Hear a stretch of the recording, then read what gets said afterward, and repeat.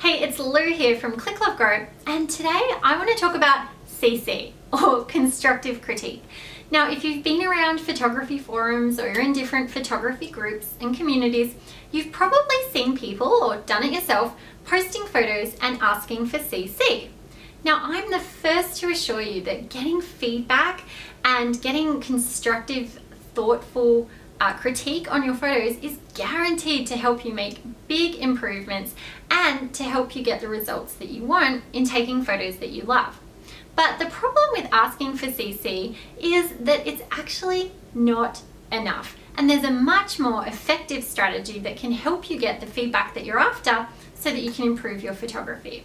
And that's what I'm going to share with you in today's video.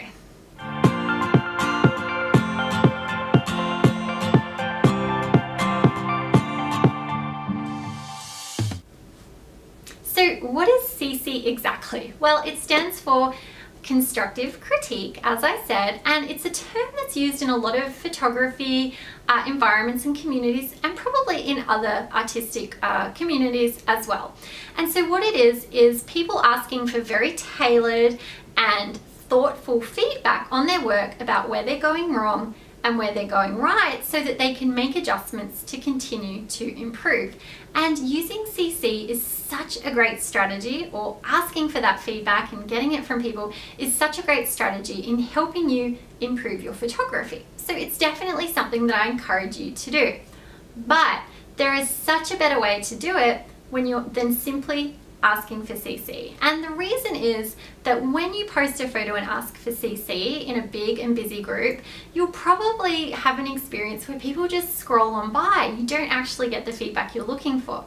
So that's because people are busy, and asking for CC on a photo is kind of a big task for someone to delve in and go through all the things. So instead of doing that, the best strategy is to isolate one thing.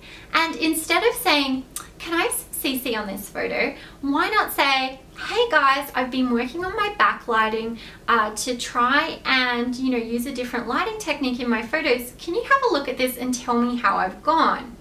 Or it could be something like, "Hey guys, I'm trying to improve my composition by practicing the rule of thirds. Can you have a look at this photo and let me know where I've gone because it doesn't quite feel balanced to me? Is there a different way I could have approached it?" So by asking people specific questions, telling them what you're hoping to achieve and what you've tried already is going to make it so much easier for people to stop what they're doing in their stream and give you some feedback. And I guarantee you're going to get a lot more replies and people stopping by to do that. And the other thing that you can do in order to enhance that is to also include your settings, because many times if a photo isn't technically working well, people will be able to give you guidance on where you could maybe use a different combination of settings to try for next time. So that's the first step in asking for CC. And remember that when you're involved in big communities, giving CC is also going to help you. And so for this next step, I really want to turn it around on you.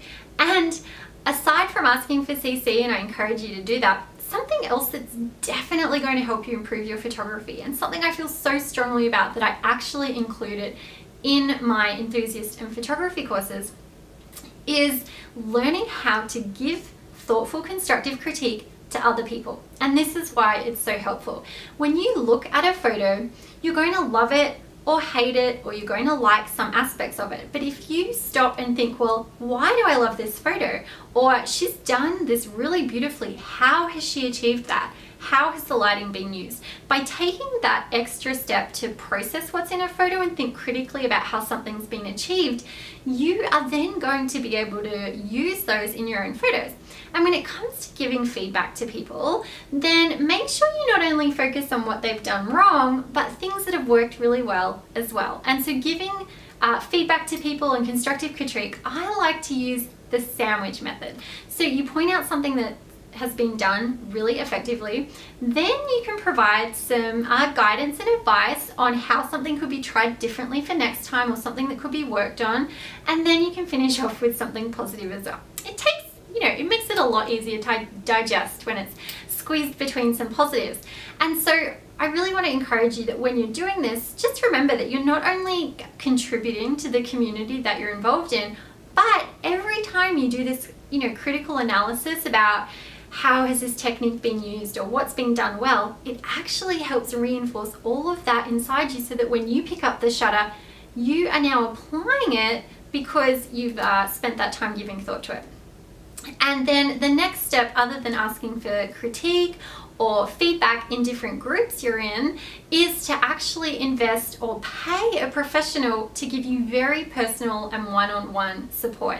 And so in our advanced photography course, this is something that we provide in depth. For each challenge that you're given throughout the lesson, you'll receive instructor feedback that goes a little bit deeper than that, great lighting, or you've used the composition well, to actually help you see where you're going well and what your strengths are, and then where the areas are that you can continue to push yourself a little bit deeper.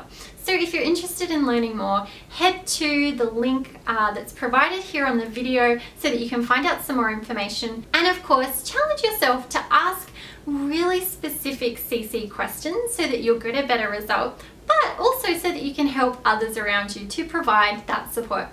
Have fun!